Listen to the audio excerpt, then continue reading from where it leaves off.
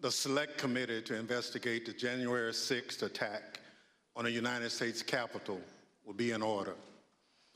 Without objection, the Chair is authorized to declare that pursuant to House Deposition Authority Regulation 10, the Chair announces the committee's approval to release the deposition material presented during tonight's hearing.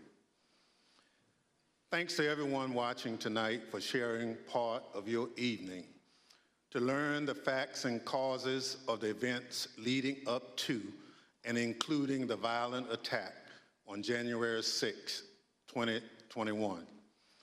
Our democracy, electoral system, and country. I'm Benny Thompson, Chairman of the January 6, 2021 Committee. I was born, raised, and still live in Bolton, Mississippi, a town with a population of 521, which is midway between Jackson and Vicksburg, Mississippi, and the Mississippi River. I'm from a part of the country where people justify the actions of slavery, the Ku Klux Klan, and lynching. I'm reminded of that dark history as I hear voices today try and justify the actions of the insurrectionists on January 6, 2021. Over the next few weeks, hopefully you will get to know the other members, my colleagues up here, and me. We represent a diversity of communities from all over the United States, rural areas and cities, East Coast, West Coast, and the Heartland. All of us have one thing in common. We swore the same oath. That same oath that all members of Congress take upon taking office and afterwards every 2 years if they are reelected. We swore an oath to defend the Constitution against all enemies, foreign and domestic. The words of the current oath taken by employee takes have their roots in the Civil War. Throughout our history, the United States has fought against foreign enemies to preserve our democracy, electoral system, and country. When the United States Capitol was stormed and burned in 1814, foreign enemies were responsible. Afterward, in 1862, when American citizens had taken up arms against this country, Congress adopted a new oath to help make sure no person who had supported the rebellion could hold a position of public trust.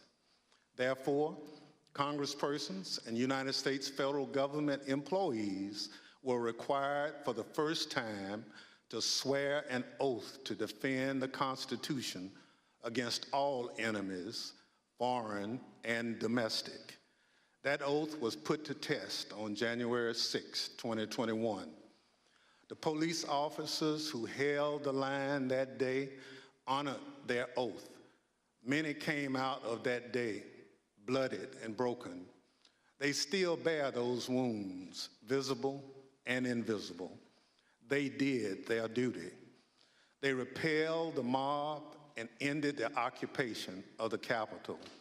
They defended the Constitution against domestic enemies so that Congress could return, uphold our own oath, and count your votes to ensure the transfer of power, just as we've done for hundreds of years.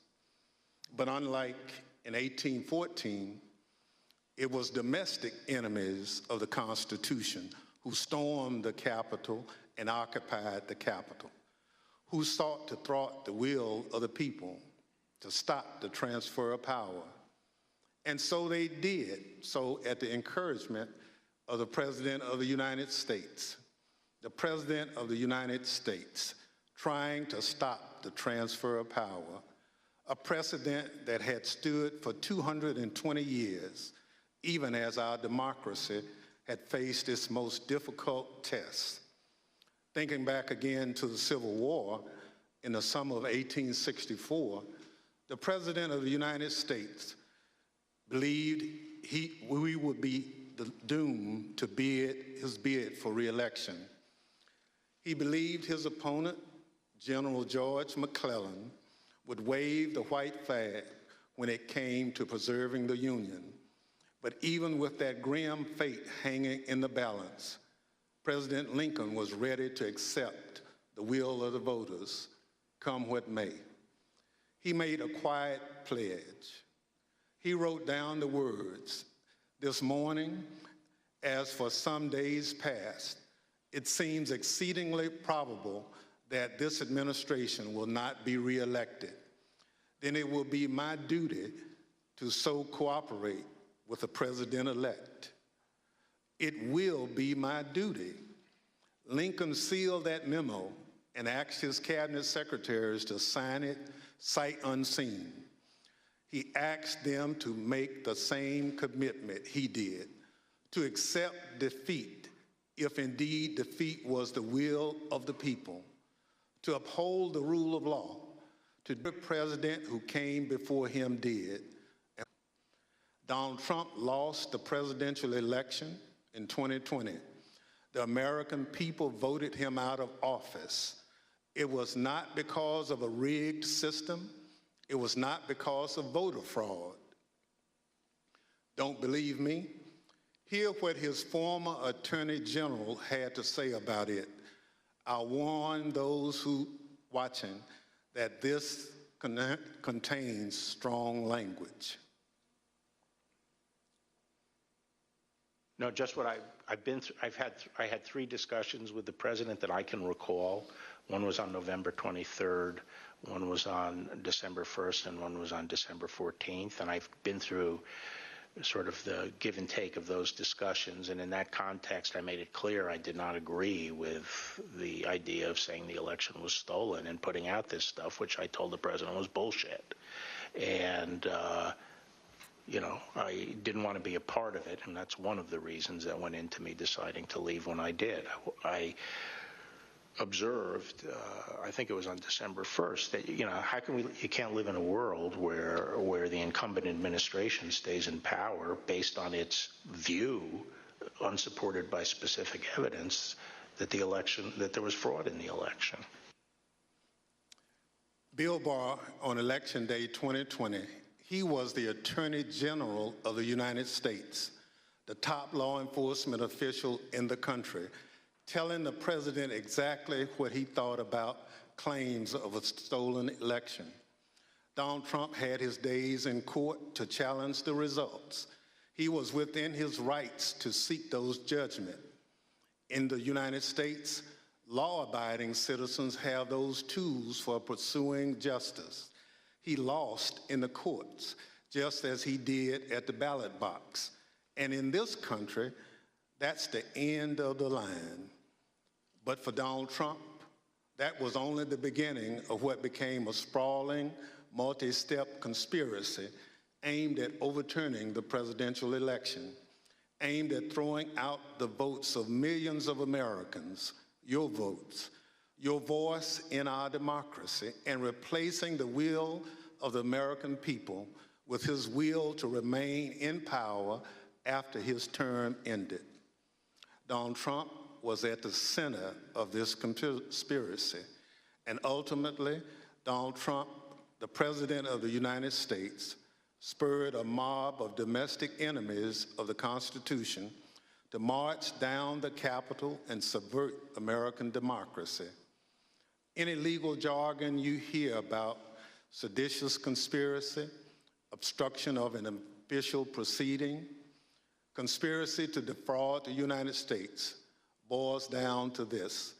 January 6th was the culmination of an attempted coup, a brazen attempt, as one rioter put it shortly after January 6th, to overthrow. The violence was no accident. It represented Trump's last stand, most desperate chance to halt the transfer of power. Now, you may hear those words and think, this is just another political attack on Donald Trump by people who don't like him. That's not the case.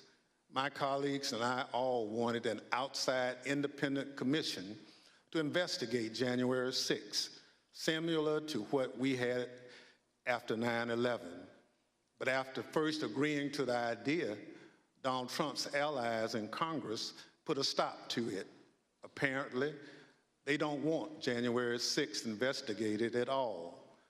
And in the last 17 months, many of those same people have tried to whitewash what happened on January 6th, to rewrite history, call it a tourist visit, label it legitimate political discourse.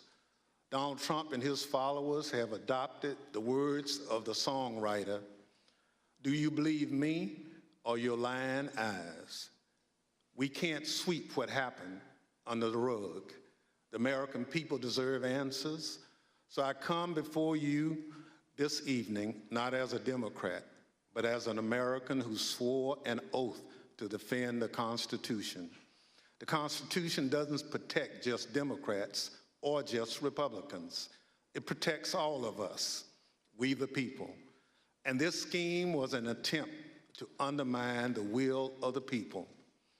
So tonight, and over the next few weeks, we're going to remind you of the reality of what happened that day. But our work must do much more than just look backwards. Because of our democracy remains in danger, the conspiracy to thwart the will of the people is not over.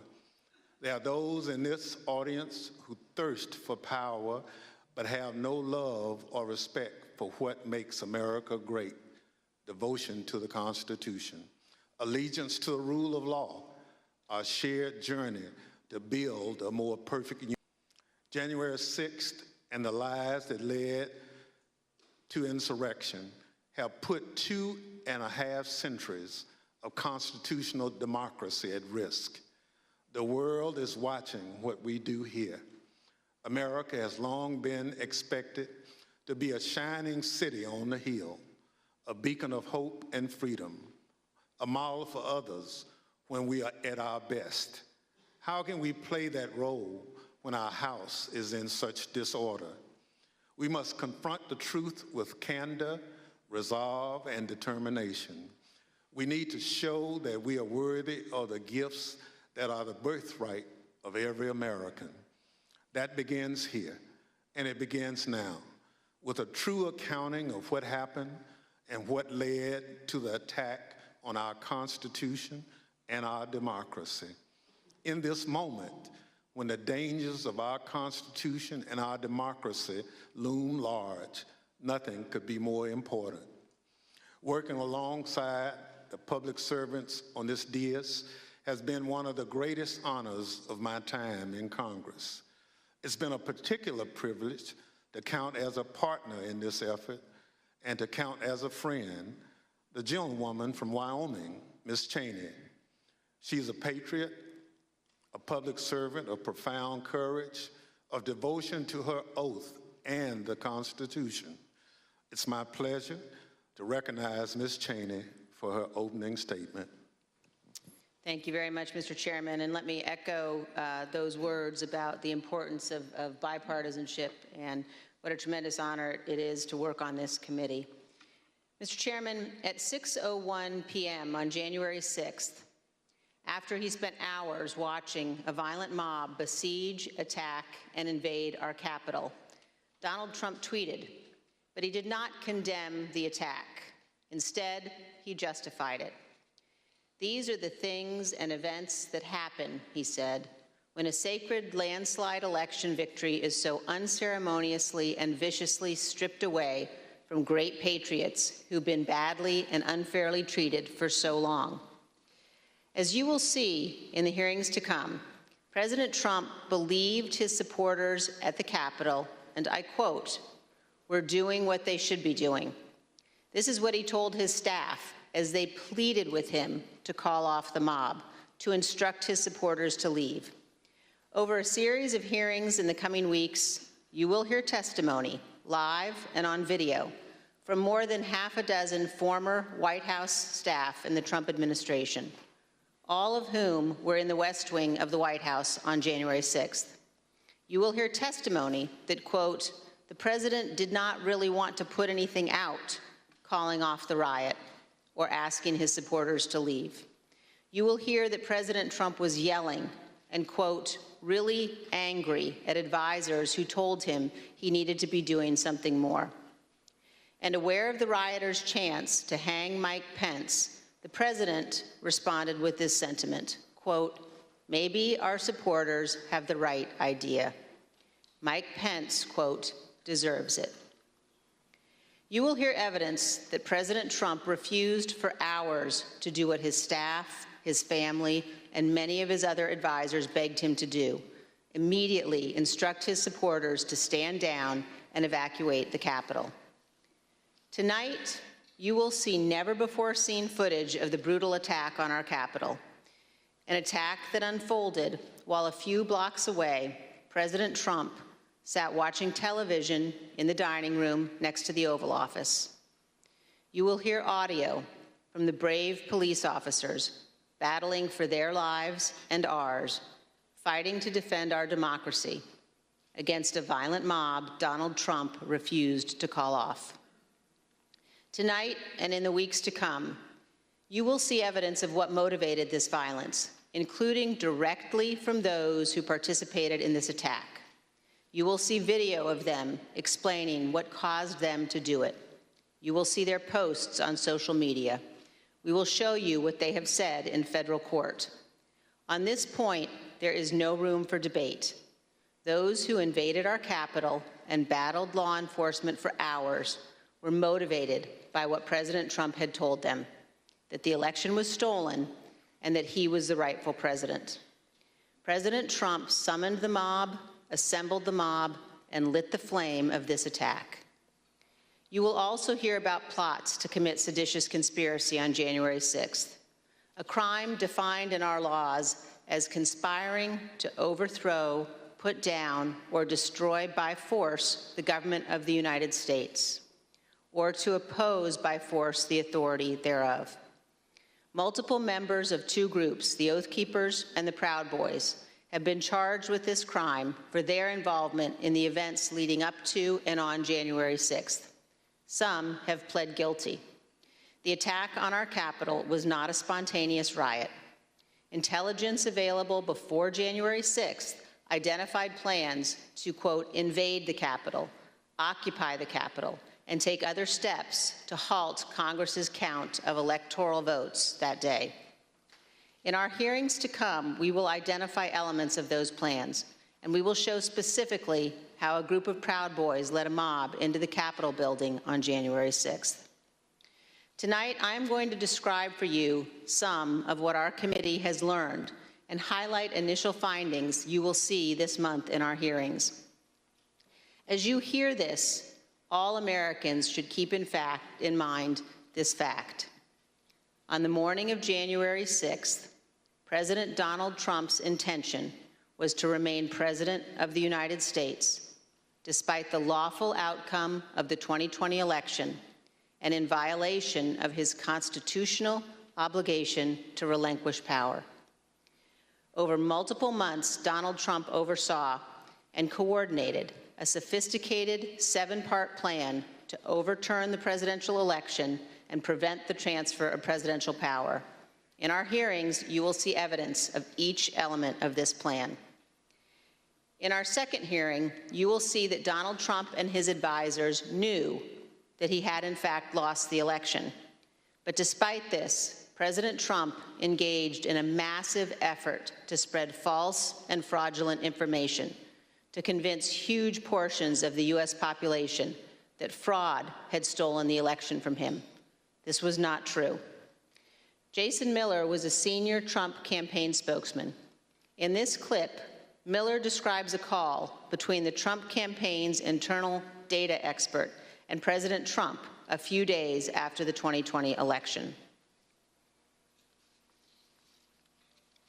I was in the Oval Office, and at some point in the conversation, Matt Oskowski, who is the lead data person, was brought on. And I remember he delivered to the president pretty blunt terms that he was going to lose. And that was based, Mr. Miller, on Matt and the data team's assessment of the sort of county by county, state by state results as reported? Correct. Alex Cannon was one of President Trump's campaign lawyers. He previously worked for the Trump Organization. One of his responsibilities was to assess allegations of election fraud in November 2020. Here is one sample of his testimony discussing what he told White House Chief of Staff Mark Meadows. I remember a call with Mr. Meadows, where Mr. Meadows was asking me what I was finding and if I was finding anything. And I remember sharing with him that we weren't finding anything that would be sufficient to change the results in any of the key states. When was that conversation? Probably in November, mid to late November. I think it was before my child was born. And what was Mr. Meadows' reaction to that information? I believe the words he used were, "So there's no there there." There's no there there. The Trump campaign's general counsel, Matt Morgan, gave similar testimony. He explained that all of the fraud allegations and the campaign's other election arguments taken together and viewed in the best possible light for President Trump could still not change the outcome of the election. President Trump's Attorney General Bill Barr also told Donald Trump his election claims were wrong. Repeatedly told the president in no uncertain terms that I did not see evidence of fraud and that would have affected the outcome of the election. And frankly, a year and a half later, I haven't seen anything to change my mind on that. Attorney General Barr also told President Trump that his allegations about Dominion voting machines were groundless. I saw absolutely zero basis for the allegations, but they were made in such a sensational way that they obviously were influencing a lot of people, members of the public, that there was this systemic corruption in the system and that their votes didn't count and that these machines controlled by somebody else were actually determining it, which was complete nonsense. And it was being laid out there. And I told them that it was crazy stuff and they were wasting their time on that. And it was doing a grave disservice to the country. But President Trump persisted, repeating the false Dominion allegations in public at least a dozen more times, even after his Attorney General told him they were, quote, complete nonsense. And after Barr's resignation on December 23rd, the acting Attorney General who replaced him, Jeff Rosen, and the acting deputy, Richard Donahue, told President Trump over and over again that the evidence did not support allegations he was making in public. Many of President Trump's White House staff also recognized that the evidence did not support the claims President Trump was making. This is the president's daughter commenting on Bill Barr's statement that the department found no fraud sufficient to overturn the election. How did that affect your perspective about the election when Attorney General Barr made that statement? It affected my perspective. I respect Attorney General Barr. So I accepted what he was saying. As you will hear on Monday, the president had every right to litigate his campaign claims, but he ultimately lost more than 60 cases in state and federal courts. The president's claims in the election cases were so frivolous and unsupported that the president's lead lawyer, Rudy Giuliani, not only lost the lawsuits, his license to practice law was suspended. Here's what the court said of Mr. Giuliani. Giuliani communicated demonstrably false and misleading statements to courts, lawmakers, and the public at large in his capacity as lawyer for former President Donald J. Trump and the Trump campaign in connection with Trump's failed effort at re-election in 2020. As you will see in great detail in our hearings, President Trump ignored the rulings of our nation's courts. He ignored his own campaign leadership, his White House staff, many Republican state officials. He ignored the Department of Justice and the Department of Homeland Security. President Trump invested millions of dollars of campaign funds purposely spreading false information, running ads he knew were false, and convincing millions of Americans that the election was corrupt and that he was the true president. As you will see, this misinformation campaign provoked the violence on January 6th. In our third hearing, you will see that President Trump corruptly planned to replace the Attorney General of the United States so the U.S. Justice Department would spread his false stolen election claims. In the days before January 6th, President Trump told his top Justice Department officials, quote, "Just say the election was corrupt and leave the rest to me and the Republican congressman." Senior Justice Department officials, men he had appointed, told him they could not do that because it was not true. So President Trump decided to replace them. He offered Jeff Clark, an environmental lawyer at the Justice Department, the job of acting Attorney General. President Trump wanted Mr. Clark to take a number of steps, including sending this letter to Georgia and 5 other states, saying the U.S. Department of Justice had, quote, identified significant concerns that may have impacted the outcome of the election. This letter is a lie. The Department of Justice had, in fact, repeatedly told President Trump exactly the opposite, that they had investigated his stolen election allegations and found no credible fraud that could impact the outcome of the election. This letter and others like it would have urged multiple states to withdraw their official and lawful electoral votes for Biden. Acting Deputy Attorney General Richard Donahue described Jeff Clark's letter this way, quote, "This would be a grave step for the department to take and could have tremendous constitutional, political, and social ramifications for this country." The committee agrees with Mr. Donahue's assessment. Had Clark assumed the role of Attorney General in the days before January 6th and issued these letters, the ramifications could indeed have been grave. Mr. Donahue also said this about Clark's plan.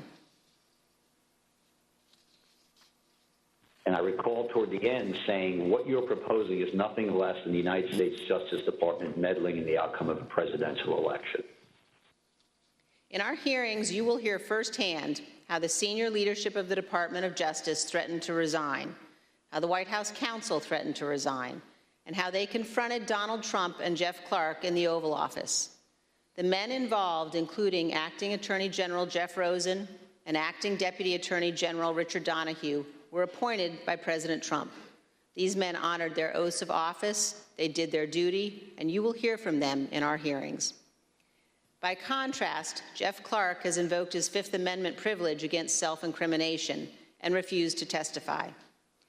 Representative Scott Perry, who is also involved in trying to get Clark appointed as Attorney General, has refused to testify here. As you will see, Representative Perry contacted the White House in the weeks after January 6th to seek a presidential pardon. Multiple other Republican congressmen also sought presidential pardons for their roles in attempting to overturn the 2020 election. In our fourth hearing, we will focus on President Trump's efforts to pressure Vice President Mike Pence to refuse to count electoral votes on January 6th. Vice President Pence has spoken publicly about this. President Trump is wrong. I had no right to overturn the election. The presidency belongs to the American people and the American people alone. And frankly, there is no idea more un-American than the notion that any one person could choose the American president. What President Trump demanded that Mike Pence do wasn't just wrong, it was illegal and it was unconstitutional. You will hear this in great detail from the Vice President's former general counsel. Witnesses in these hearings will explain how the former Vice President and his staff informed President Trump over and over again that what he was pressuring Mike Pence to do was illegal. As you will hear, President Trump engaged in a relentless effort to pressure Pence, both in private and in public. You will see the evidence of that pressure from multiple witnesses, live and on video. Vice President Pence demonstrated his loyalty to Donald Trump consistently over 4 years, but he knew that he had a higher duty to the United States Constitution. This is testimony from the Vice President's Chief of Staff. So I think the Vice President was proud of his 4 years of service, and he felt like much had been accomplished in those 4 years. And I think he was proud to have stood beside the President for all that had been done. But I think he ultimately knew that his fidelity to the Constitution was his first and foremost oath. And that's what he articulated publicly, and I think that that's what he felt. His fidelity to the Constitution was more important than his fidelity to President Trump and his desire. The oath he took. Yep. Yes. You'll also hear about a lawyer named John Eastman. Mr. Eastman was deeply involved in President Trump's plans. You'll hear from former Fourth Circuit federal judge Michael Ludig, a highly respected leading conservative judge. John Eastman clerked for Judge Ludig. Judge Ludig provided counsel to the Vice President's team in the days before January 6th. The judge will explain how Eastman, quote, was wrong at every turn. And you will see the email exchanges between Eastman and the Vice President's counsel as the violent attack on Congress was underway. Mr. Jacob said this to Mr. Eastman: "Thanks to your bullshit, we are under siege." You will also see evidence that John Eastman did not actually believe the legal position he was taking. In fact, a month before the 2020 election, Eastman took exactly the opposite view on the same legal issues. In the course of the Select Committee's work to obtain information from Mr. Eastman, we have had occasion to present evidence to a federal judge. The judge evaluated the facts, and he reached the conclusion that President Trump's efforts to pressure Vice President Pence to act illegally by refusing to count electoral votes likely violated 2 federal criminal statutes. And the judge also said this: if Dr. Eastman and President Trump's plan had worked, it would have permanently ended the peaceful transition of power, undermining American democracy and the Constitution. If the country does not commit to investigating and pursuing accountability for those responsible, the court fears January 6th will repeat itself. Every American should read what this federal judge has written. The same judge, Judge Carter, issued another decision on Tuesday night, just this week, indicating that John Eastman and other Trump lawyers knew that their legal arguments had no real chance of success in court, but they relied on those arguments anyway to try to, quote, overturn a Democratic election. And you will hear that while Congress was under attack on January 6th and the hours following the violence, the Trump legal team in the Willard Hotel War Room continued to work to halt the count of electoral votes. In our 5th hearing, you will see evidence that President Trump corruptly pressured state legislators and election officials to change election results. You will hear additional details about President Trump's call to Georgia officials, urging them to, quote, find 11,780 votes, votes that did not exist, and his efforts to get states to rescind certified electoral slates without factual basis and contrary to law. You will hear new details about the Trump campaign and other Trump associates' efforts to instruct Republican officials in multiple states to create intentionally false electoral slates and transmit those slates to Congress, to the Vice President, and the National Archives, falsely certifying that Trump won states he actually lost. In our final 2 June hearings, you will hear how President Trump summoned a violent mob and directed them illegally to march on the United States Capitol. While the violence was underway, President Trump failed to take immediate action to stop the violence and instruct his supporters to leave the Capitol. As we present these initial findings, keep 2 points in mind. First, our investigation is still ongoing, so what we make public here will not be the complete set of information we will ultimately disclose. And second, the Department of Justice is currently working with cooperating witnesses, and has disclosed to date only some of the information it has identified from encrypted communications and other sources. On December 18, 2020, a group, including General Michael Flynn, Sidney Powell, Rudy Giuliani, and others, visited the White House. They stayed late into the evening. We know that the group discussed a number of dramatic steps, including having the military seize voting machines and potentially rerun elections. You will also hear that President Trump met with that group alone for a period of time before White House lawyers and other staff discovered the group was there and rushed to intervene. A little more than an hour after Ms. Powell, Mr. Giuliani, General Flynn, and the others finally left the White House, President Trump sent the tweet on the screen now, telling people to come to Washington on January 6th. Be there, he instructed them. We'll be wild. As you will see, this was a pivotal moment. This tweet initiated a chain of events. The tweet led to the planning for what occurred on January 6th, including by the Proud Boys, who ultimately led the invasion of the Capitol and the violence on that day. The indictment of a group of Proud Boys alleges that they planned, quote, to oppose by force the authority of the government of the United States. And according to the Department of Justice, on January 6, 2021, the defendants directed, mobilized, and led members of the crowd onto the Capitol grounds and into the Capitol, leading to the dismantling of metal barricades, the destruction of property, the breaching of the Capitol building, and the assaults on law enforcement. Although certain former Trump officials have argued that they did not anticipate violence on January 6th, the evidence suggests otherwise. As you will see in our hearings, the White House was receiving specific reports in the days leading up to January 6th, including during President Trump's Ellipse rally, indicating that elements in the crowd were preparing for violence at the Capitol. And on the evening of January 5th, the president's close advisor, Steve Bannon, said this on his podcast. All hell is going to break loose tomorrow. Just understand this. All hell is going to break loose tomorrow. As part of our investigation, we will present information about what the White House and other intelligence agencies knew and why the Capitol was not better prepared. But we will not lose sight of the fact that the Capitol Police did not cause the crowd to attack. And we will not blame the violence that day, violence provoked by Donald Trump, on the officers who bravely defended all of us. In our final hearing, you will hear a moment-by-moment account of the hours-long attack from more than half a dozen White House staff, both live in the hearing room and via videotaped testimony.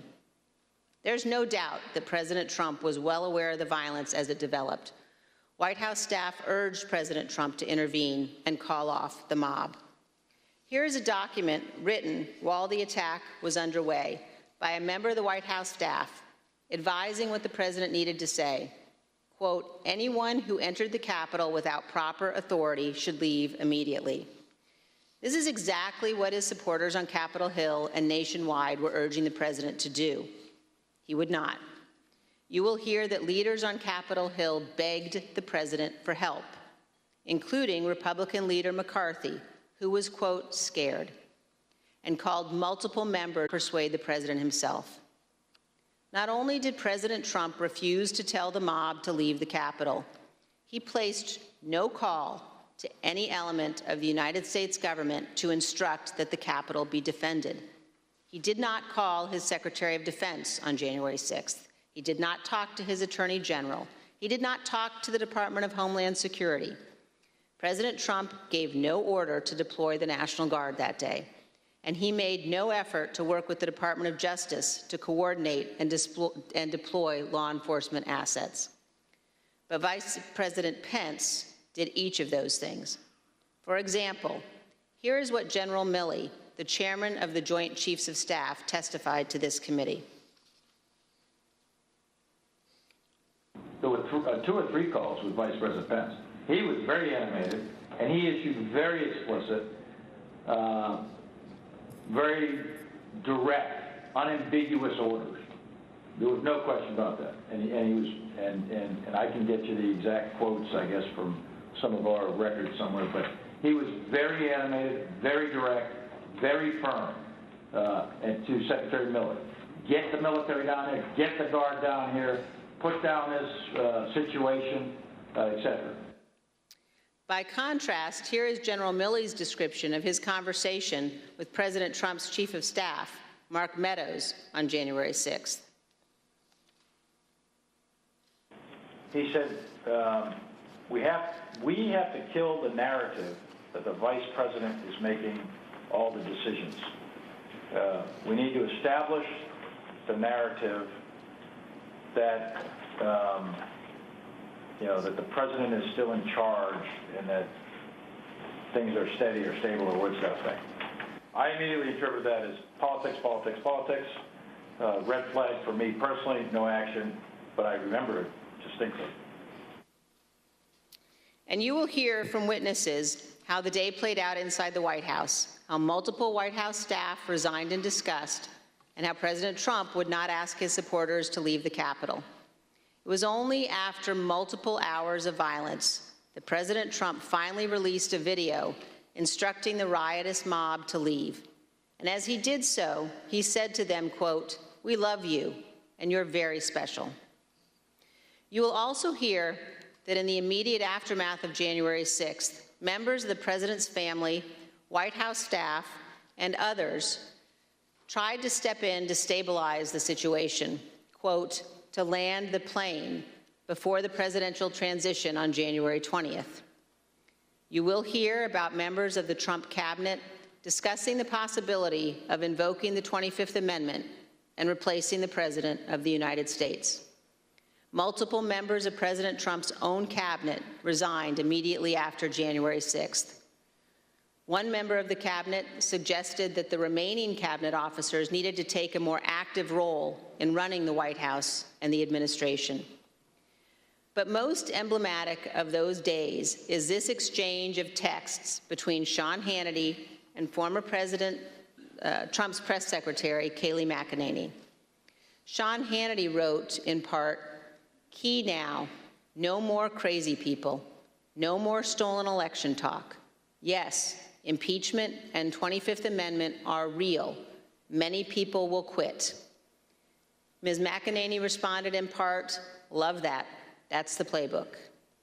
The White House staff knew that President Trump was willing to entertain and use conspiracy theories to achieve his ends. They knew the president needed to be cut off from all of those who had encouraged him. They knew that President Donald Trump was too dangerous to be left alone, at least until he left office on January 20th. These are important facts for Congress and the American people to understand fully. When a president fails to take the steps necessary to preserve our union, or worse, causes a constitutional crisis, we're at a moment of maximum danger for our republic.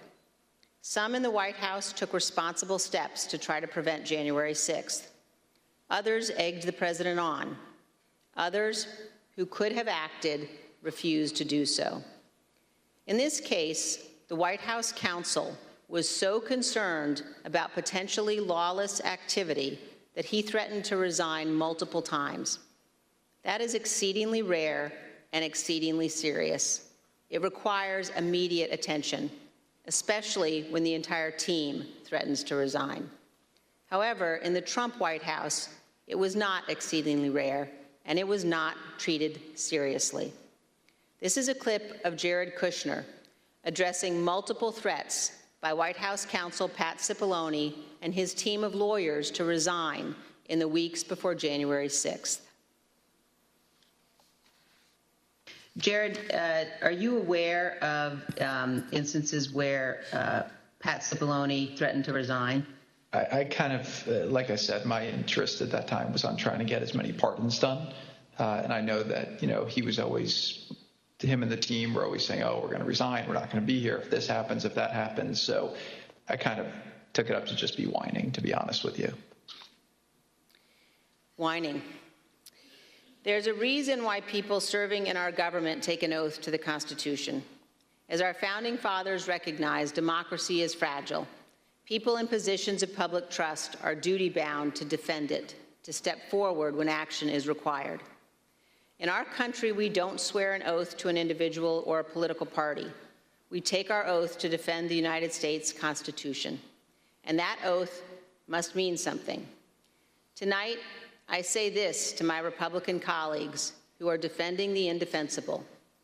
There will come a day when Donald Trump is gone, but your dishonor will remain. Finally, I ask all of our fellow Americans, as you watch our hearings over the coming weeks, please remember what's at stake. Remember the men and women who have fought and died so that we can live under the rule of law, not the rule of men. I ask you to think of the scene in our Capitol Rotunda on the night of January 6th. There, in a sacred space in our constitutional republic, the place where our presidents lie in state, watched over by statues of Washington and Jefferson, Lincoln and Grant, Eisenhower, Ford, and Reagan. Against every wall that night encircling the room, there were SWAT teams, men and women in tactical gear with long guns, deployed inside our Capitol building. There in the rotunda, these brave men and women rested beneath paintings depicting the earliest scenes of our republic, including one painted in 1824 depicting George Washington resigning his commission, voluntarily relinquishing power, handing control of the Continental Army back to Congress. With this noble act, Washington set the indispensable example of the peaceful transfer of power, what President Reagan called nothing less than a miracle. The sacred obligation to defend this peaceful transfer of power has been honored by every American president, except one. As Americans, we all have a duty to ensure that what happened on January 6th never happens again, to set aside partisan battles, to stand together to perpetuate and preserve our great republic. Thank you, Mr. Chairman. As we provide answers to American people about January 6th, it's important that we remember exactly what took place, that this was no tourist visit to the Capitol. Most of the footage we are about to play has never been seen. The Select Committee obtained it as a part of our investigation. This isn't easy to watch.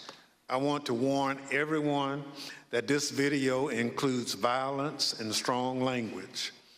Without objection, I include in the record a video presentation of the violence of January 6th.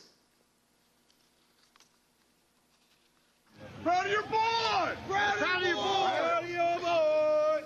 Yeah, just for awareness, be advised, there's probably about 300 Proud Boys. They're marching eastbound in this 400 block of kind of Independence, actually on the mall towards the United States Capitol.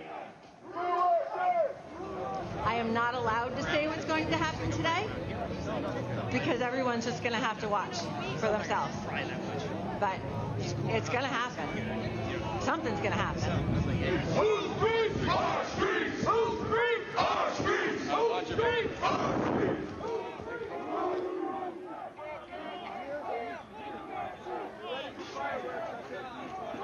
You hurt you. We are on your side. Don't make us go against you. Understand the side. Pick a side. These are our streets. $20 a picture. I hope Mike is going to do the right thing. I hope so. I hope so. Because if Mike Pence does the right thing, we win the election. All Vice President Pence has to do is send it back to the states to recertify. And we become president, and you are the happiest people. Mike Pence is going to have to come through for us. And if he doesn't, that will be a sad day for our country. Because you'll never take back our country with weakness. You have to show strength, and you have to be strong.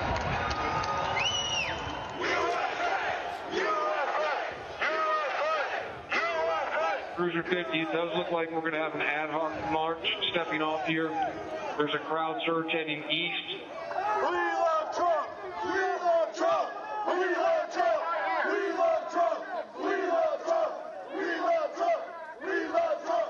Mike Pence, I hope you're going to stand up for the good of our Constitution and for the good of our country. And if you're not, I'm going to be very disappointed in you. I will tell you right now.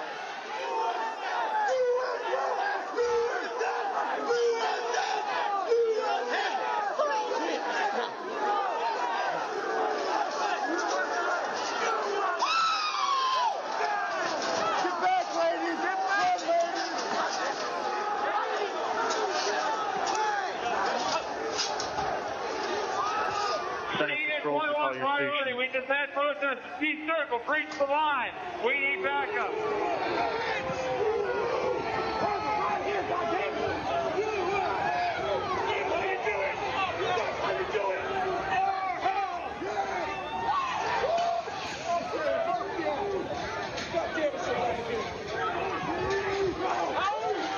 Madam Speaker, the Vice President and the United States Senate.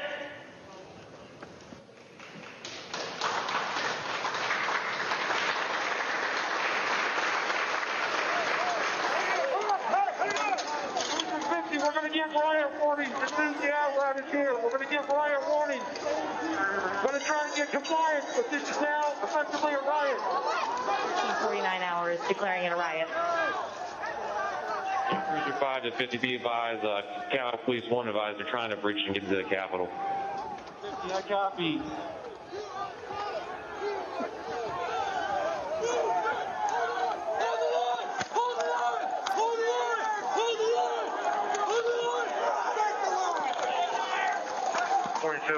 We're about 5 miles out. We're trying to make our way through all this.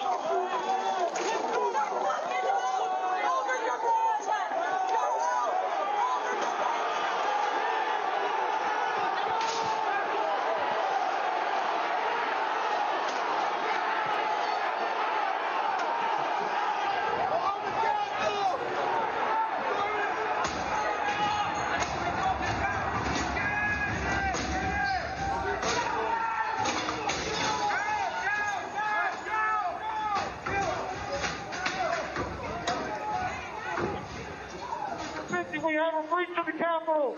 Breach of the Capitol to the upper level! Jack, be advised, they're requesting additional resources on the east side as they've broken into that window and they're trying to kick it in.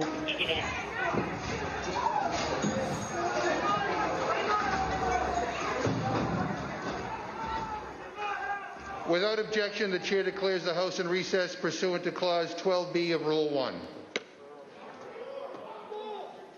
Mike Pence didn't have the courage to do what should have been done to protect our country and our Constitution, giving states a chance to certify a corrected set of facts, not the fraudulent or inaccurate ones which they were asked to previously certify.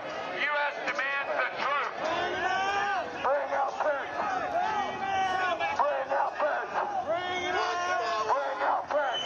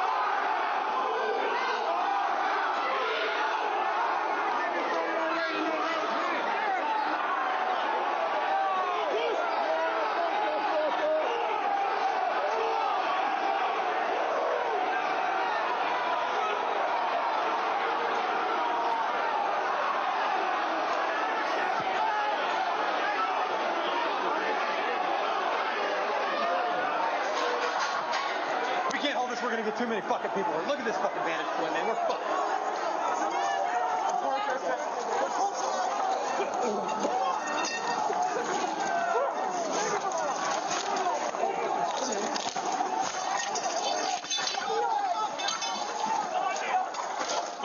an area for the House members.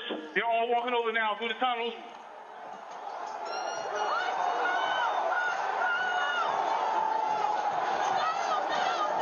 We're trying to hold the upper deck. We're trying to hold the upper deck now. We need to hold the doors of the Capitol.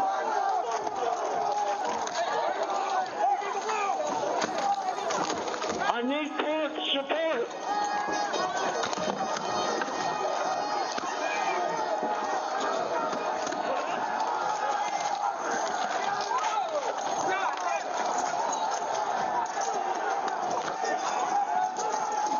We lost the line. We lost the line. All MPDs get back. All MPDs get back up to the upper deck. All MPDs get back to the upper deck. ASAP.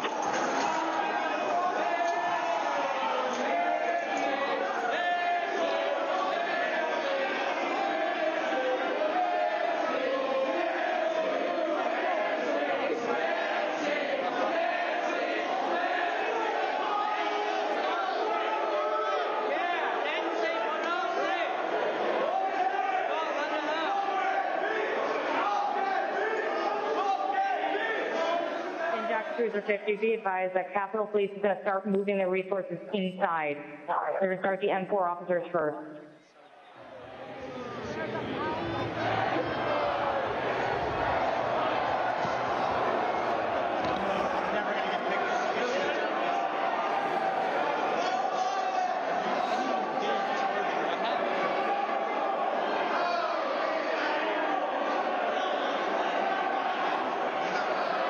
H208 with 4 members. The door's barricaded. There's people flooded the hallways outside. We have no way out. In fact, officers still remaining on the House floor, on the third floor, to use the subways themselves. It's time to evacuate so we can secure the members on the other side. Copy. It's up to us people now, the American people. What are you ready to do? One more time. What are you ready to do? And whatever it takes, I'll lay my life down if it takes. Absolutely. That's why we showed up today. Bring her out here. Hey, we're coming in if you don't bring her out. Fuck you. Shut the bitch.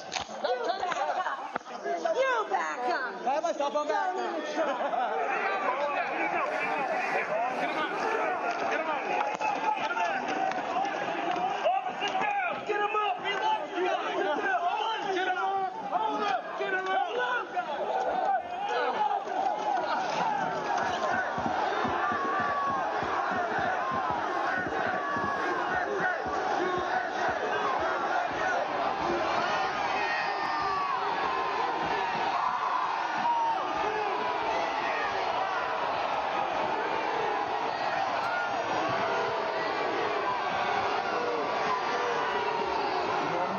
Staging to send to that west carriage door for backup.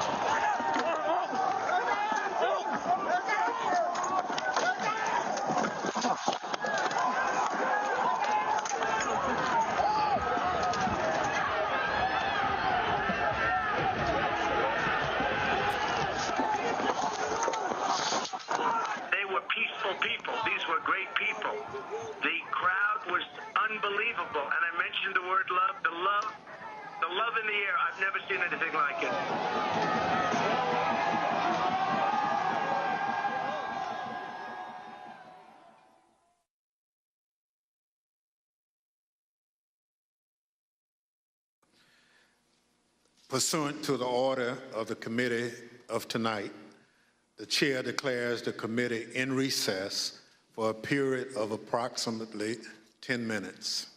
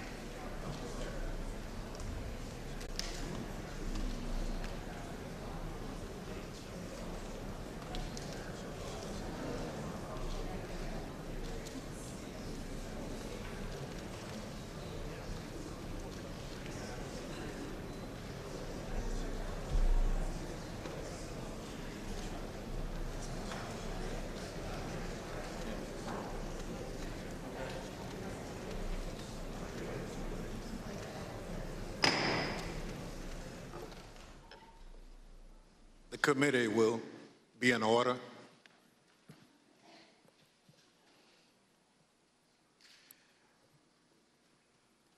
I want to thank our witnesses for being with us this evening to share their firsthand accounts of that terrible day.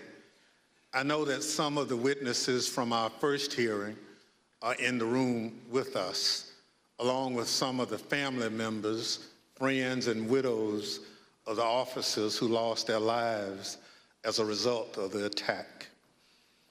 Thank you all for being here for us and the American people. Officer Carolyn Edwards has been with the United States Capitol Police since 2017. On January 6th, Officer Edwards was assigned to the First Responder Unit, which serves as the first line of defense at the Capitol complex. She also served as a member of the Civil Disturbance Unit, a special subset of the uniformed division trained to respond to mass demonstration events. Officer Edwards is a graduate of the University in Intelligence Analysis from Johns Hopkins University. Nick Quistad is an acclaimed filmmaker whose credits include documenting stories from war zones in Afghanistan, Syria, and Iraq. On January 6th, Mr. Quistad was working on a documentary about, quote, why Americans are so divided when Americans have so much in common, end quote. During that day, Mr. Quistad interviewed and documented movements of the people around the Capitol, including the first moments of the violence against the Capitol Police and the chaos that ensued. I will now swear in our witnesses. The witnesses will please stand and raise your right hand. Do you swear and affirm under penalty of perjury that the testimony you're about to give is the truth, the whole truth, and nothing but the truth, so help you God?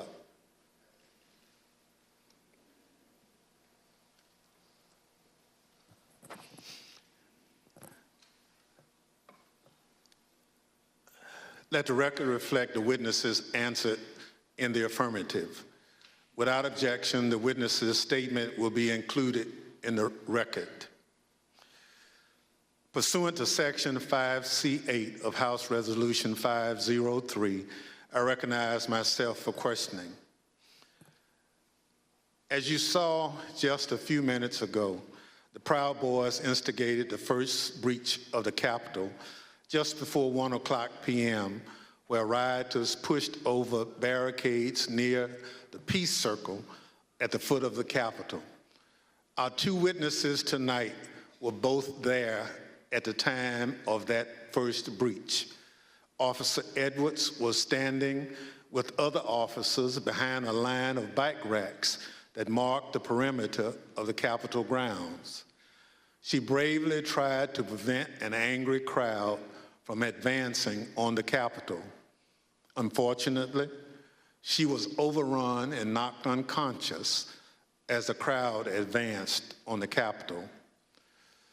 Mr. Quistad was a few yards away from Officer Edwards, taking footage of the Proud Boys as part of his work on a documentary film. Most of his footage has never been shown publicly before we shared it this evening. Officer Edwards, I'd like to start by asking if you could tell us why you believe it's important for you to share your story this evening with the committee and the American public.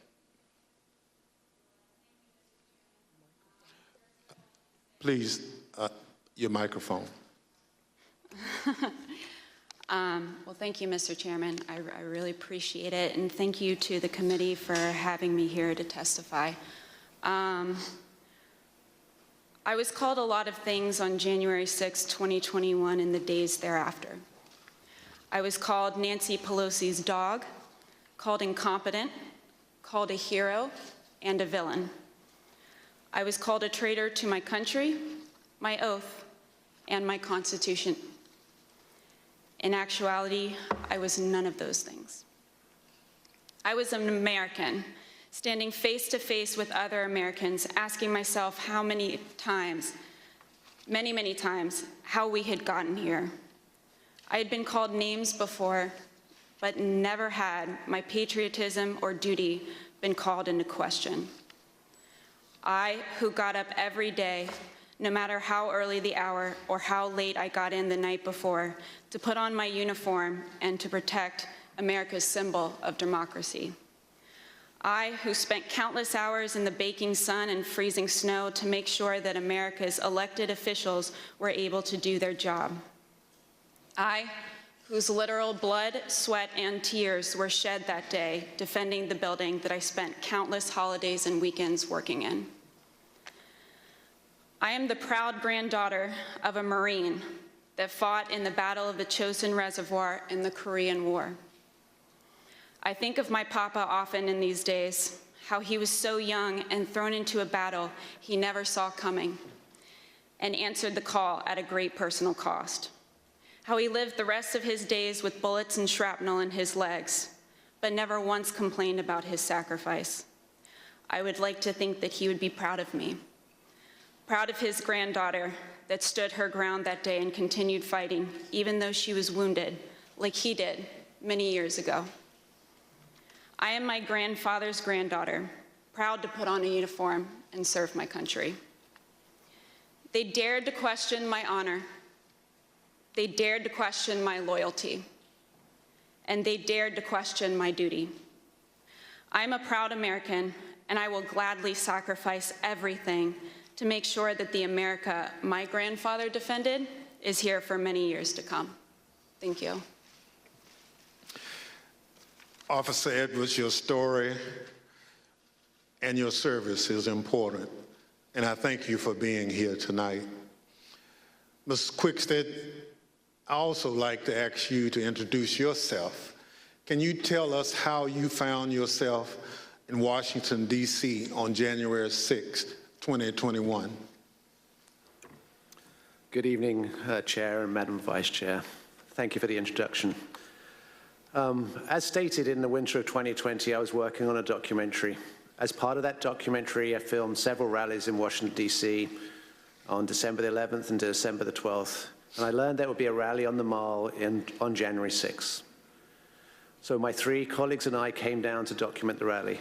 According to the permit of the event, there was going to be a rally at the Ellipse. We arrived at the Mall and observed a large contingent of Proud Boys marching towards the Capitol.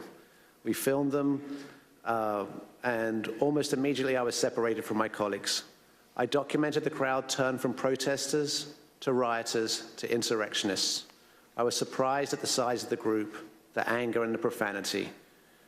And for anyone who didn't understand how violent that event was, I saw it, I documented it, and I experienced it. I heard incredibly aggressive chanting, and I subsequently shared that footage with the authorities. I'm here today pursuant to a House subpoena. Thank you so much. Thank you, Mrs. Quested. The Select Committee has conducted extensive investigative work to understand what led the Proud Boys and other rioters to the Capitol on January 6th. We've obtained substantial evidence showing that the president's December 19th tweet calling his followers to Washington, D.C. on January 6th energized individuals from the Proud Boys and other extremist groups. I'd like to play a brief video highlighting some of this evidence. My name is Marcus Childress, and I'm an investigative counsel for the Select Committee to investigate the January 6th attack on the United States Capitol. What do you want to call them? Give me a name. Give me a white name. Supremacists and white supremacists. Like me to condemn? White supremacists and right Proud Boys. Stand back and stand by. After he made this comment, Enrique Terrio, then chairman of the Proud Boys, said on Parler, "Standing by, sir." During our investigation, we learned that this comment during the presidential debate actually led to an increase in membership from the Proud Boys. Would you say that Proud Boys members increased after the stand back, stand by comment? Exponentially. I'd say tripled probably, with the potential for a lot more eventually. And did you ever sell any stand back and stand by merchandise? One of the vendors on my page actually beat me to it, but I wish I would have made a stand back, stand by shirt. On December 19th, President Trump tweeted about the January 6th rally and told attendees, "Be there, we'll be wild." Many of the witnesses that we interviewed were inspired by the president's call and came to D.C. for January 6th. But the extremists, they took it a step further. They viewed this tweet as a call to arms. A day later, the Department of Justice describes how the Proud Boys created a chat called the Ministry of Self-Defense Leadership Chat. In this chat, the Proud Boys established a command structure in anticipation of coming back to D.C. on January 6th. The Department of Justice describes Mr. Tarrio coming into possession of a document called the 1776 Returns, which describes individuals occupying key buildings around the United States Capitol. The Oath Keepers are another group that the committee investigated. You better get your ass to D.C., folks, this Saturday. Yeah, if you don't, there'll be no more Republic. But we're not going to let that happen. It's not even an if. It's either President Trump is encouraged and bolstered and strengthened to do what he must do, or we wind up in a bloody fight. We all know that. The fight's coming. The Oath Keepers began planning to block the peaceful transfer of power shortly after the November 3rd election. And according to the Department of Justice, Stuart Rhodes, the Oath Keepers leader, said to his followers that we were not going to get through this without a civil war. In response to the December 19th, 2020 tweet by President Trump, the Oath Keepers focused on January 6th in Washington, D.C. In response to the tweet, one member, the president of the Florida chapter, put on social media, "The president called us to the Capitol. He wants us to make it wild." The goal was for the Oath Keepers to be called to duty so that they could keep the president in power, although President Trump had just lost the election. The committee learned that the Oath Keepers set up quick reaction forces outside of the city in Virginia where they stored arms. The goal of these quick reaction forces was to be on standby just in case President Trump invoked the Insurrection Act. Did the Oath Keepers ever provide weapons to members? I'm going to decline to answer that and put them at grounds for due process grounds. In footage obtained by the committee, we learned that on the night of January 5th, Enrique Tarrio and Stuart Rhodes met in a parking garage in Washington, D.C. There's mutual respect there. I think we're fighting the same fight, and I think that's what's important. The committee learned that the Oath Keepers went into the Capitol through the east doors in two stack formations. The DOJ alleges that one of the stacks went into the Capitol looking for Speaker Pelosi, although they never found her. As the attack was unfolding, Mr. Tarrio took credit. In documents obtained by the Department of Justice, Mr. Tarrio said in an encrypted chat, "Make no mistake, and we did this." Later on that evening, Mr. Tarrio even posted a video which seemed to resemble him in front of the Capitol with a black cape, and the title of the video was Premonition. The evidence developed by the Select Committee and the Department of Justice highlights how each group participated on the attack on the Capitol on January 6th. In fact, the investigation revealed that it was individuals associated with the Proud Boys who instigated the initial breach at the Peace Circle at 12:53 p.m.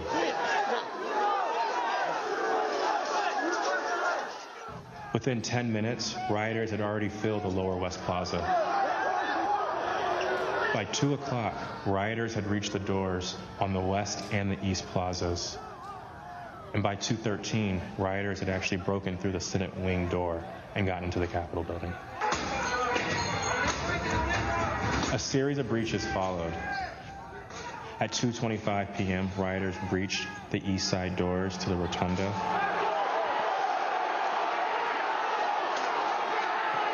And then right after 2:40 p.m., rioters breached the east side doors near the Ways and Means room.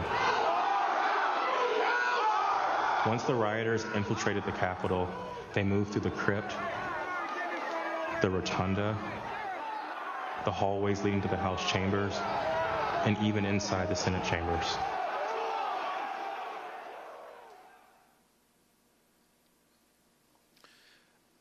Individuals associated with two violent extremist groups have been charged with seditious conspiracy in connection with the January 6th attack.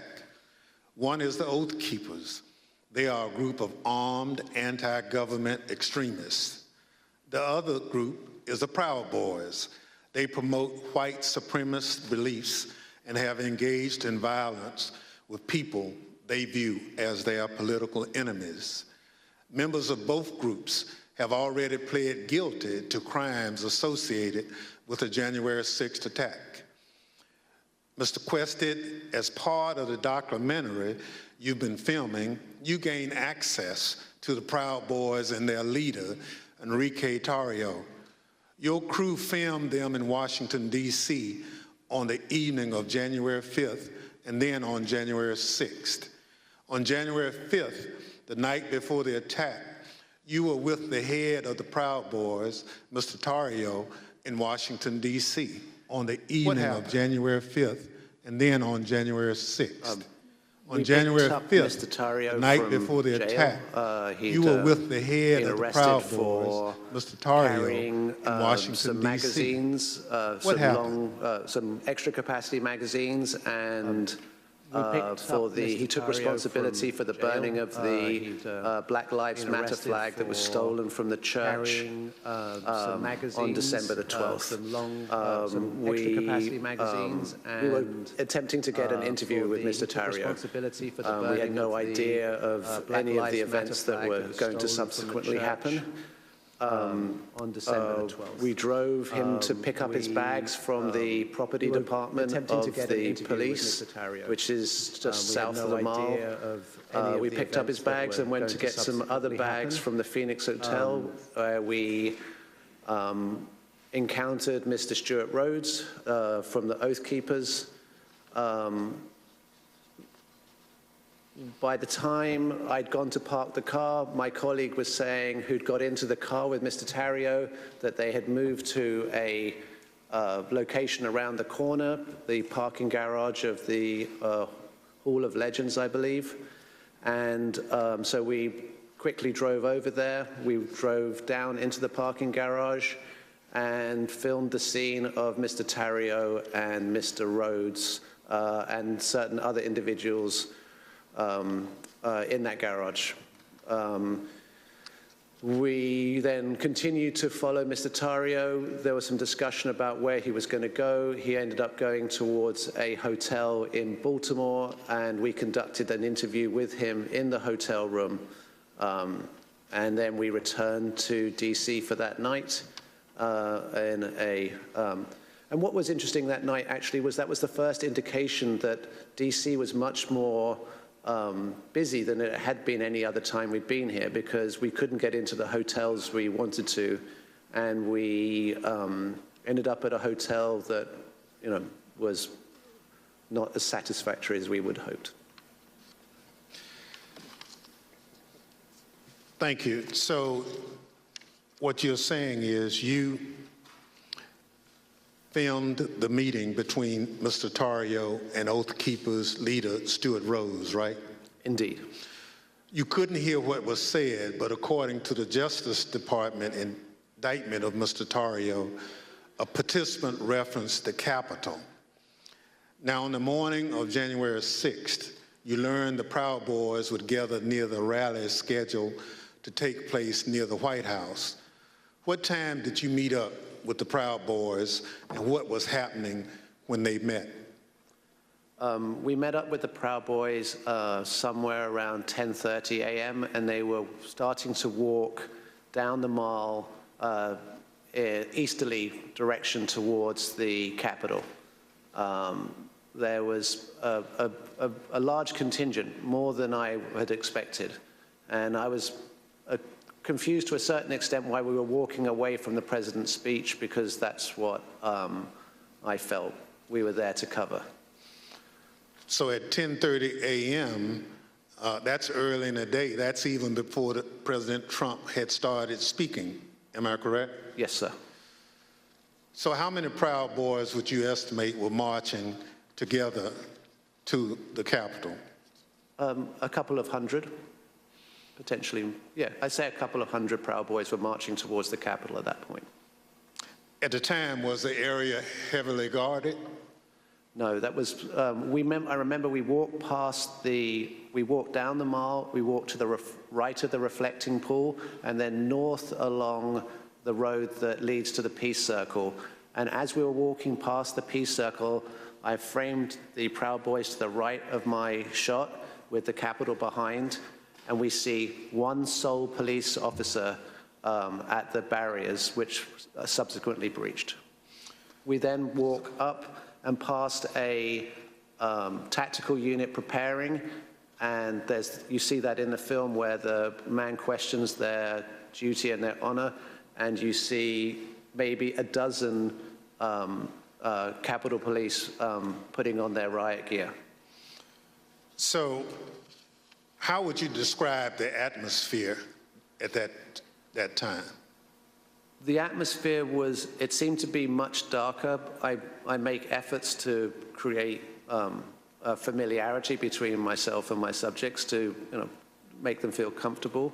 And the atmosphere was much darker at this day than had been in these other days. And there was also a contingent of Proud Boys that I hadn't met before from Arizona who appeared to wear these orange hats and had orange armbands.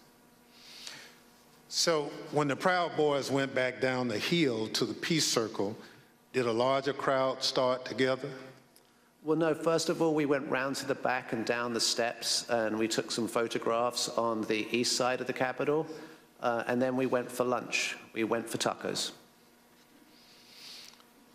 So, Mr. Quested, you're a journalist, so you're careful to stick to things that you have observed. But what you've told us is highly relevant. Let me highlight a few key facts that you and others have provided the committee. First, there was a large group of Proud Boys present at the Capitol. We know that from multiple sources. You now estimate that there were around 250 to 300 individuals that you've testified. They weren't there for President Trump's speech. We know this because they left that area to march toward the Capitol before the speech began. They walked around the Capitol that morning. I'm concerned this allowed them to see what defenses were in place and where weaknesses might be. And they decided to launch their attack at the Peace Circle, which is the front door of the Capitol complex. It's the first security perimeter that those marching from the ellipse would have to come to as they moved toward the Capitol. The Peace Circle walkway was always where the thousands of angry Trump supporters would arrive after President Trump sent them from the ellipse. The Proud Boys timed their attack to the moments before the start of the joint session in the Capitol, which is also where President Trump directed the angry mob, "We fight like hell," end quote. He told them before sending them down Pennsylvania Avenue, right to where the Proud Boys gathered and where you were filming. Now, a central question is whether the attack on the Capitol was coordinated and planned. What you witnessed is what a coordinated and planned effort would look like. It was the culmination of a months-long effort spearheaded by President Trump. Mr. Quested, thank you for your eyewitness account of the lead up to the breach of the Peace Circle. This brings us to a point in time where you and Officer Edwards were in close proximity. At this point, I reserve the balance of my time pursuant to 5C, Section 8 of House Resolution 503. The chair recognizes the gentlewoman from Wyoming, Ms. Cheney, for questioning. Thank you very much, Mr. Chairman. Officer Edwards, I want to start by thanking you for your service and thank you for your courage. Thank you for being here this evening. I know that it's not easy to relive what happened for you and for the officers behind you and for the family members of officers in the audience this evening. But it's really important for the country to have a full accounting and understand what happened. I want to start, Officer Edwards, with a short clip that shows the horrible moment when you were injured. as the peace circle was breached.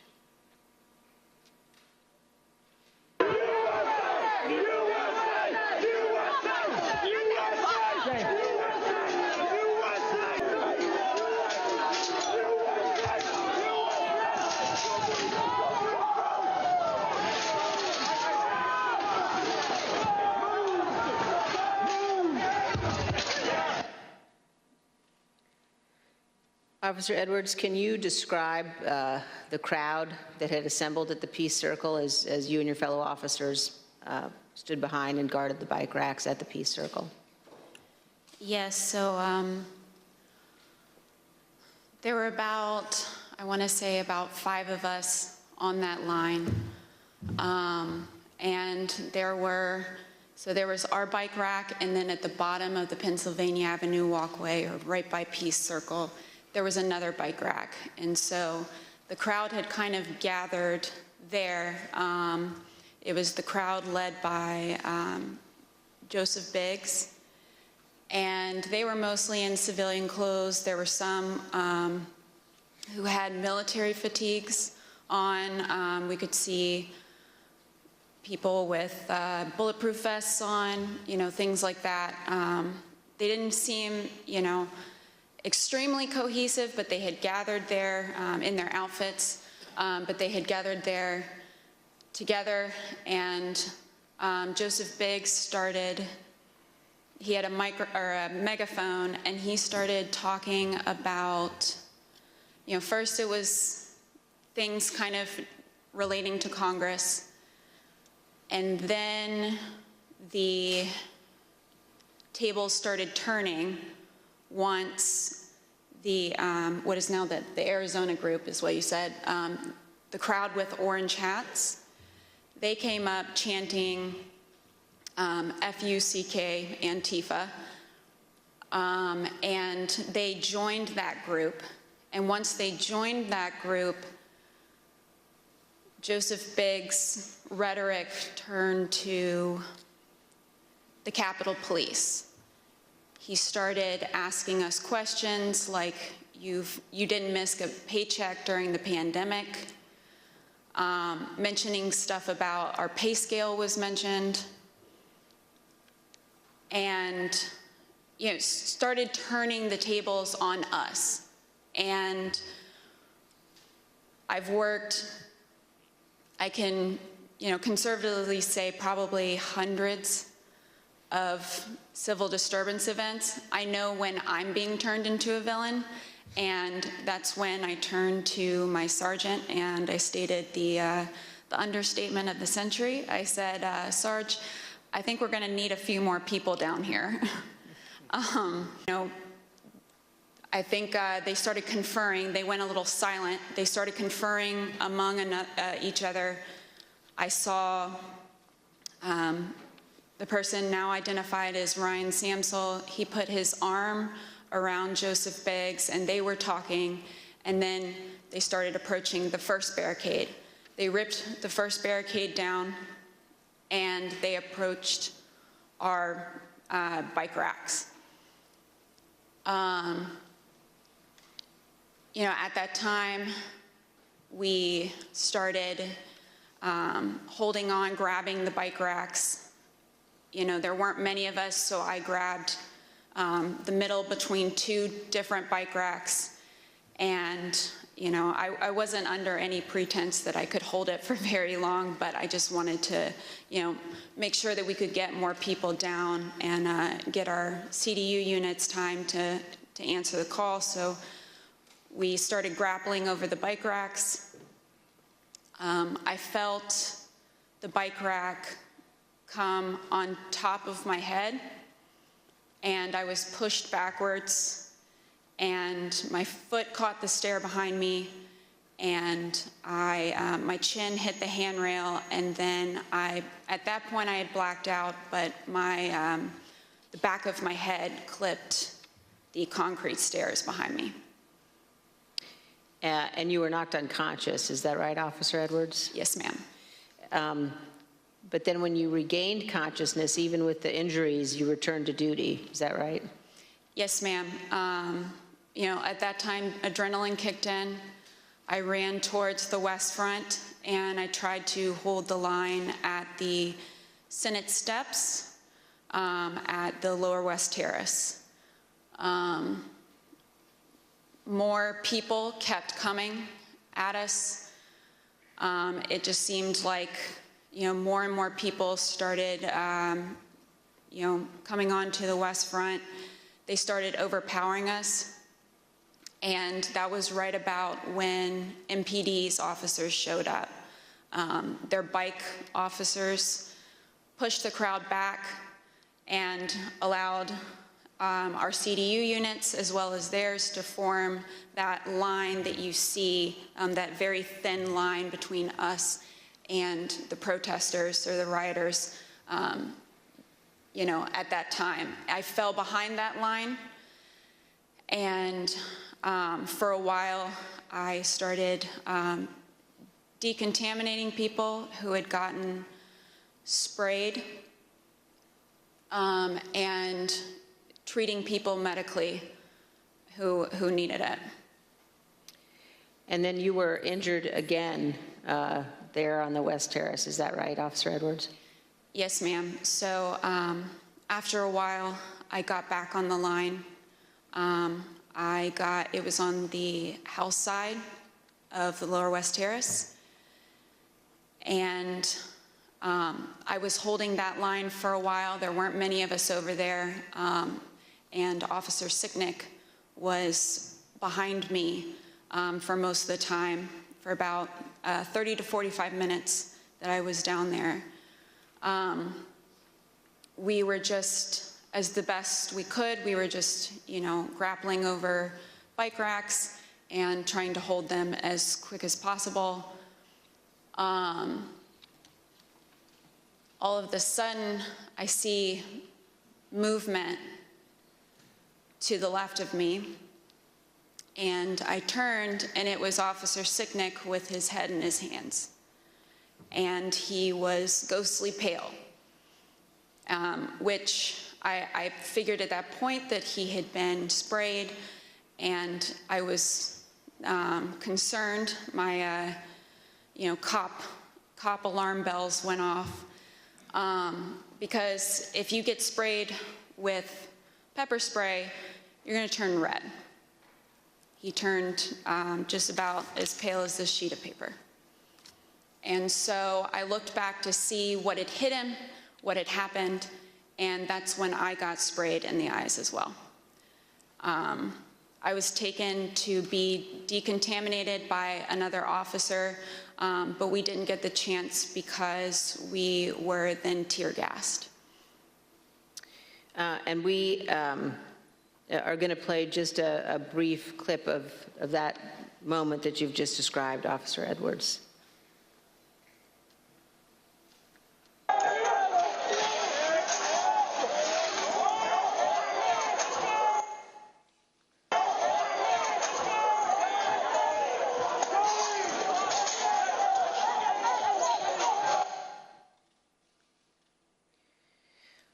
Officer Edwards, I just want to thank you for being here. And I know, again, how difficult it is. I know the family of Officer Sicknick as well, who's here tonight. One of the things one of the Capitol Police officers said to me recently was to ask me whether or not, as members of Congress, all of us understood that on that day, on January 6th, when we were evacuated from the chamber, were led to a safe, undisclosed location, whether we knew that so many of you had rushed out of the building and into the fight. And I can assure you that we do know that, and that we understand how important your service is. Thank you for your continued work with our committee and the interviews, and thank you very much for both of you for being here this evening. Mr. Chairman, I yield back. Thank you very much. Ms. Edwards, can you give us one memory of that awful day that stands out most vividly in your mind? I can. That time when I talked about falling behind MPD's line, I remember because I had been kind of shielded away because I was holding those stairs, so I wasn't able to really see what was going on over here. When I fell behind that line and I saw, I can just remember my breath catching in my throat because what I saw was just a war scene. It was something like I'd seen out of the movies. I couldn't believe my eyes. There were officers on the ground, you know, they were bleeding, they were throwing up, they were, you know, they had, I mean, I saw friends with blood all over their faces. I was slipping in people's blood. You know, I was catching people as they fell. You know, it was carnage. It was chaos. I can't even describe. Never in my wildest dreams did I think that as a police officer, as a law enforcement officer, I would find myself in the middle of a battle. You know, I'm trained to detain, you know, a couple of subjects and handle a crowd, but I'm not combat trained. And that day, it was just hours of hand-to-hand combat, hours of dealing with things that were way beyond any law enforcement officer has ever trained for. And I just remember that moment of stepping behind the line and just seeing the absolute war zone that the West Front had become.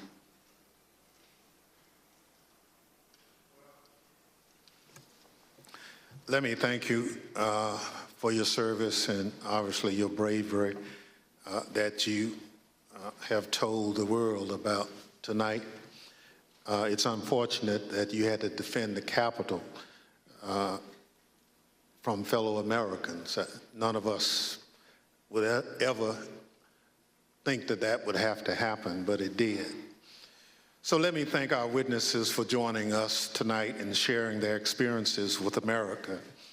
Throughout my chairmanship of this committee, I've continuously vowed that this committee will ensure a comprehensive account of the heroic acts on January 6th, and that we will follow the facts wherever they lead.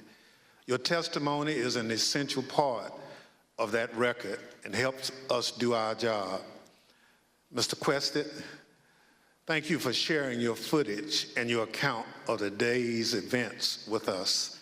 The images you recorded and have shared with the committee do a better job than any of our words in reinforcing the violence of January 6th.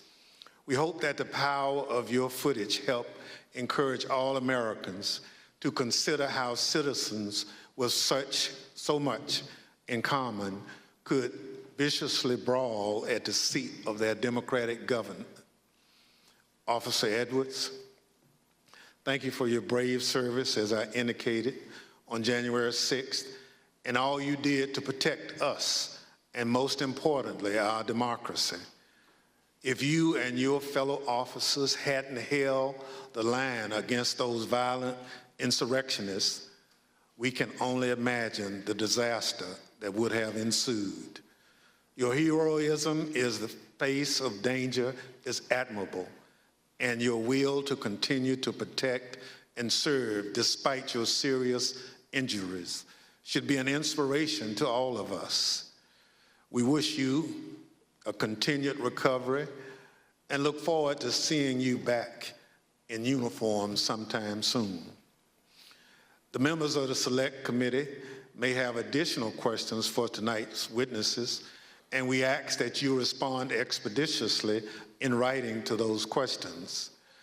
Without objections, members, we permitted 10 business days to submit statements for the record, opening remarks, and additional questions for the witnesses. The witnesses have just told us what they heard the rioters saying, why they stormed the Capitol on that day. Now we're going to hear it from the rioters themselves. Without objection, I include in the record a video presentation.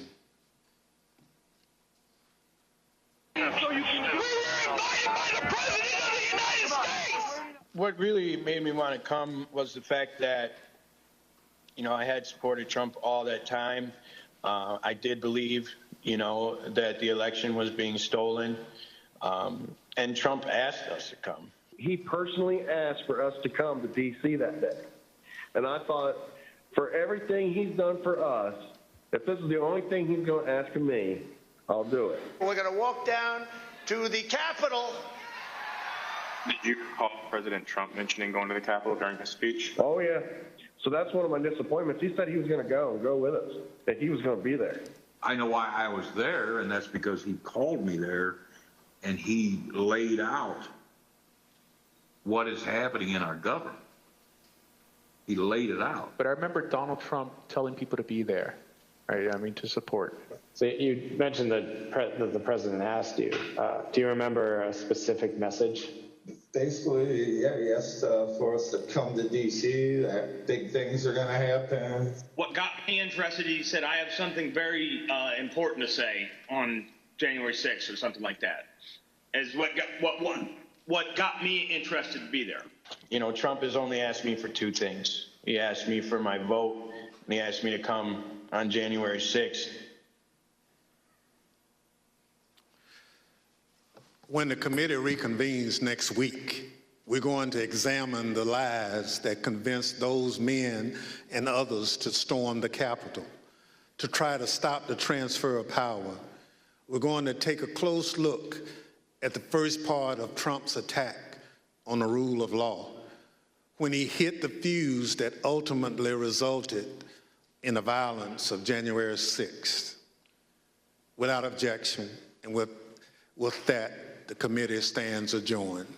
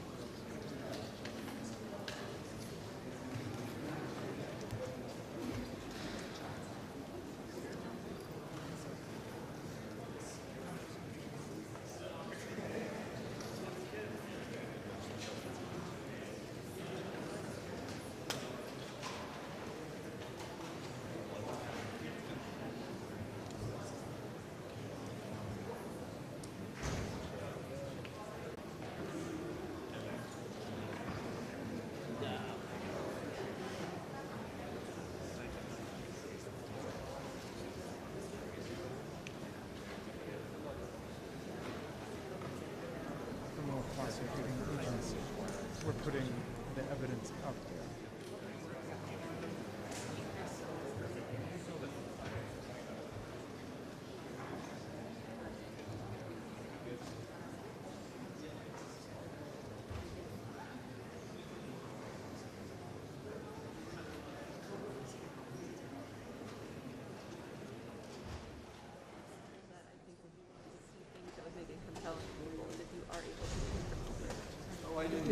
If you are able to present evidence of a crime, that's one of the things that I think would be most compelling to people. So you want to be compelling, so.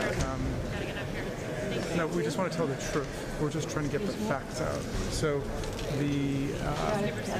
but there was evidence of dozens of crimes shown tonight. And there have been more than 800 prosecutions brought. So unfortunately, this is a cesspool of criminal activity that is staring America in the face. Thank you.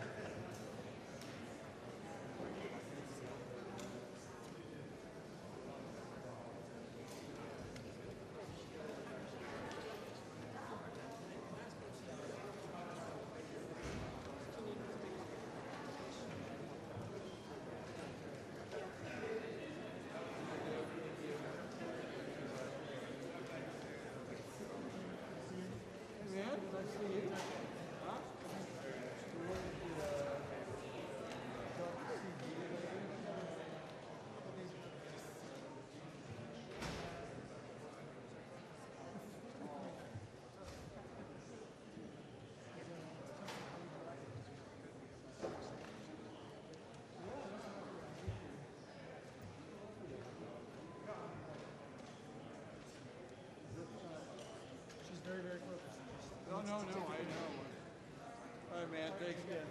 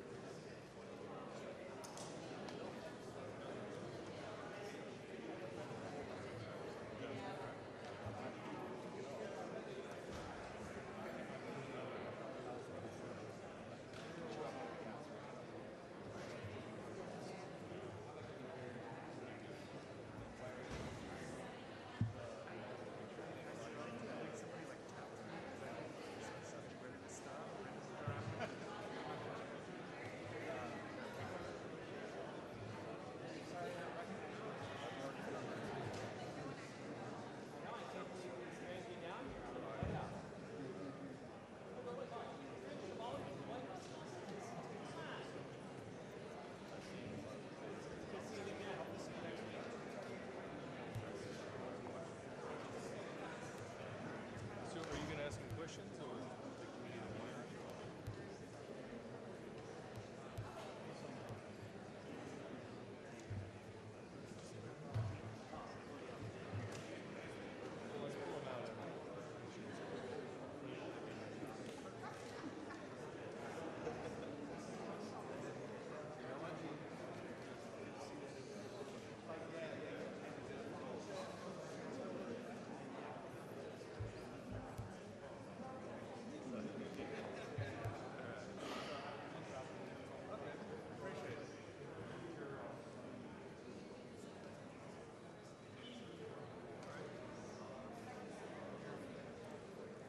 Glad we put this signature over there. So just let me know the signature.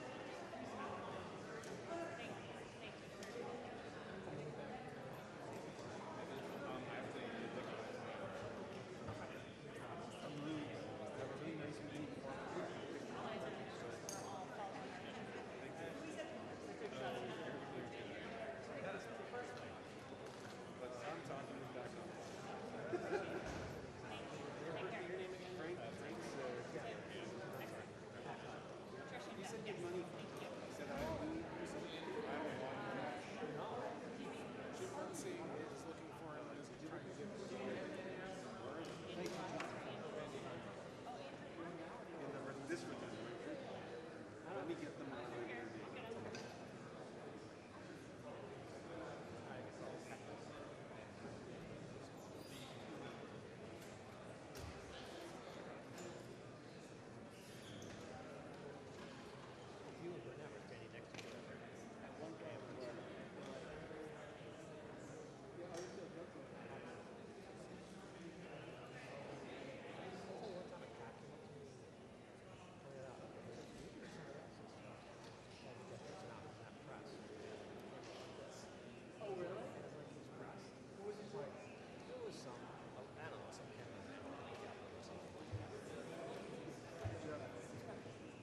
I'm okay to go 100 days?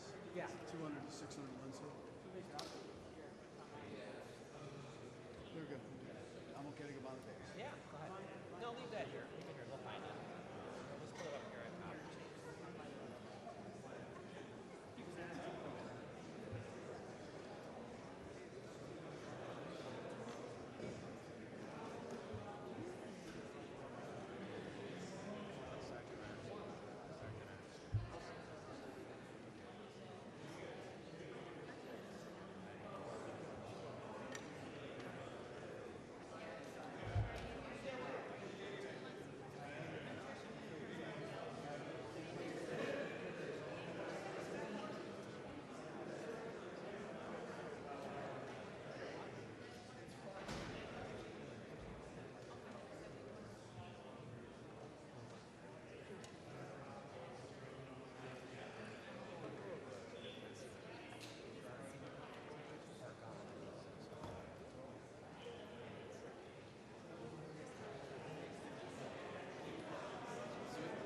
Got a bad reputation for poor remarks?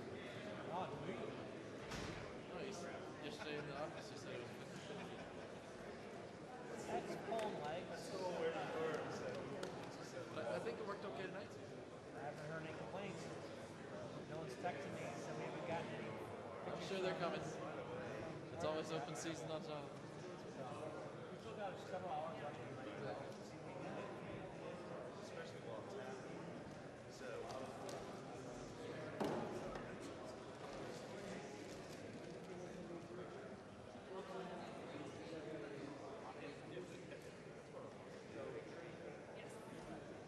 Yes, ma'am. You know Rich Martin.